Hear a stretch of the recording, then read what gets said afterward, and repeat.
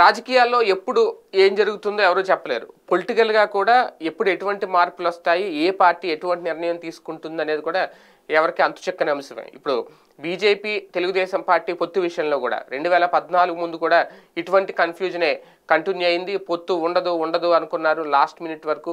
కానీ ఏం జరిగిందో, ఎవరిని ఒప్పించారో లాస్ట్‌లో సీన్ కట్ చేస్తే పెద్ద పెద్ద బ్యానర్ హెడ్డింగ్స్ వచ్చినాయి, పొత్తు కుదిరింది అనేది. అంటే ఇప్పుడు కూడా అటువంటి సీన్ రిపీట్ అవ్వబోతుందా అనేది ఒక చర్చ. నిజంగా ప్రతిదానికి ఒక సెకండ్ ఆప్షన్ ఉంటుంది.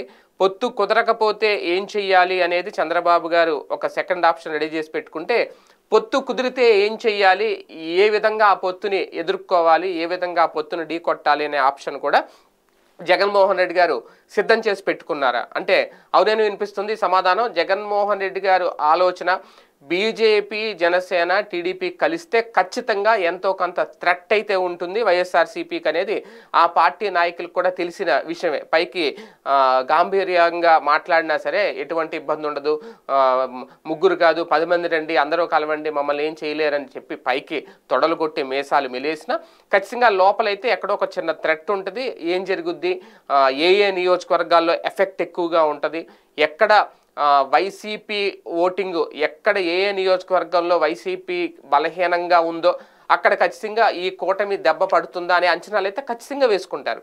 కానీ ఇంకా బీజేపీ, తెలుగుదేశం, జనసేన ముగ్గురు కలిసి ఉంటారు అనే అఫీషియల్ ప్రకటన అయితే రాలేదు. కానీ దాదాపుగా ఆ సంకేతాలు అయితే వచ్చేసినాయి. కాబట్టి పొత్తుకు ఓకే చెప్తే బీజేపీ కూడా, ఎందుకంటే ఆల్రెడీ జనసేన సిద్ధంగానే ఉంది టీడీపీతో కలిసి వెళ్ళడానికి, బీజేపీ గనక ఓకే చెప్తే అప్పుడు అసలు గేమ్ స్టార్ట్ చేయడానికి జగన్మోహన్ రెడ్డి గారు సిద్ధంగా ఉన్నారు. అప్పుడు జగన్మోహన్ రెడ్డి గారు ఆట మొదలవుతుంది అనేది ఆ పార్టీ నేతలు చెప్తున్న మాట.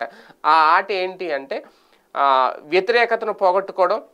ఇప్పటికే ఉద్యోగుల విషయంలో తీవ్ర వ్యతిరేకత ఉంది, ఉద్యోగుల ఓటు బ్యాంక్ అంతా మొత్తం టీడీపీకి వెళ్ళిపోతుంది అనుకుంటున్న టైంలో ఆయన సిపిఎస్ని రద్దు చేయడం, జీపీఎస్ అనే విధానాన్ని తీసుకురావడం, అది కొంతమంది యాక్సెప్ట్ చేసినా చేయకపోయినా. అలాగే టీచర్లో కూడా తీవ్ర వ్యతిరేకత ఉంది అనుకున్న టైంలో మొన్న టీచర్లకి ఉద్యోగాలు, అలాగే కాంట్రాక్ట్ ఉద్యోగులను ఇప్పుడు రెగ్యులరైజ్ చేయడం, ఇవన్నీ కూడా అంటే క్రమక్రమంగా వ్యతిరేకతను తగ్గించుకునే ప్రయత్నం జగన్మోహన్ రెడ్డి గారు ఆల్రెడీ మొదలుపెట్టేశారు.